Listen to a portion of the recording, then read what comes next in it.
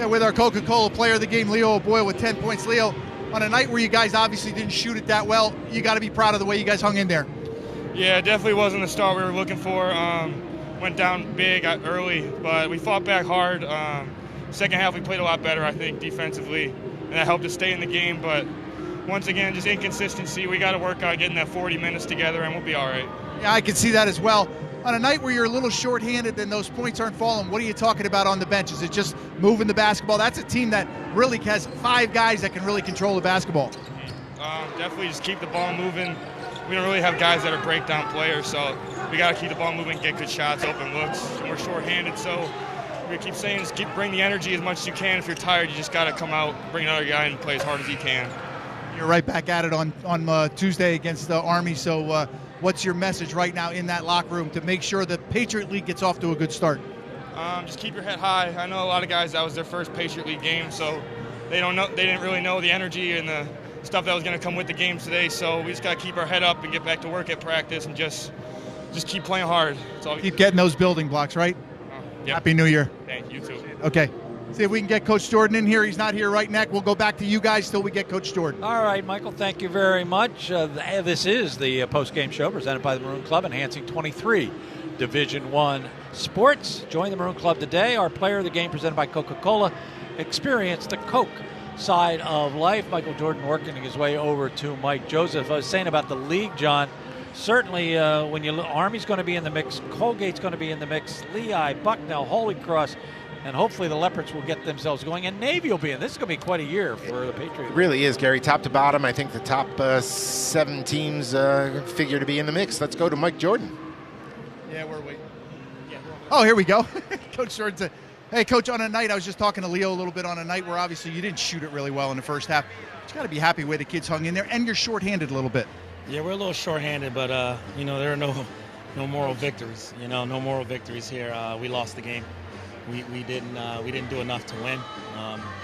We missed some shots, but they also shot like 78% in the first half. And they shot very well. They killed us in the paint. They doubled you up in the paint, and that I thought you went small at one point, got Tyler out of the game. Was that something you just thought get a little spark? We just needed some guys that could force their bigs to chase our guys around. And maybe open up some lanes for us to drive and get open shots. And we did that. We got open shots. Yes. We missed it. We cut the game down to 9, and then we cut it to 10, and we had O'Boyle under the rim, and the backboard blocked it. So I saw that as well. So not much you can do. You got to stay positive. And again, this is the first time some of them young freshmen had their feet wet in the Patriot League, and that's a big thing. You know the Patriot League better than anybody. They're going to have to step up with some of these other guys down as you enter Army next week. Yeah, missing T.J. Berger today kind of hurt us a little bit. We were a guard down. Yep. He's a guy that can spread the floor because of his shot making ability. But other guys got to step up. I thought Pettit did a serviceable job today. He had a couple turnovers, that we would like to get back. But we just got to get ready for Army. We got to get ready for Army. Yeah, well, have a happy New Year. And you're right back at it. There's no rest for the weary. That's the best thing about it is, you don't have time to worry about it. You got to get back and prepare because Army's a very good team, and we got to bring it. And it's a process, right? Thanks you so much. Appreciate it. All right, appreciate it. Take care. Guys, back to you. Hey, Mike, thank you very much. Good to have you back on the sidelines. All right, let's take a look at the highlights and then some numbers, and we'll get out of here. Here's John. Gary, everything being said, there was some really good basketball going on. Look at the nice little bounce pass right there. E.J. Stevens finding Matt Rogers down low, and boy, this young man, he really goes to work. He's just so tough around the basket, and that's something that Lafayette did not have an answer for. How about Johnny O'Neal on the step back? That's 6'9", long arms on a step back, indefensible. Just can't guard that.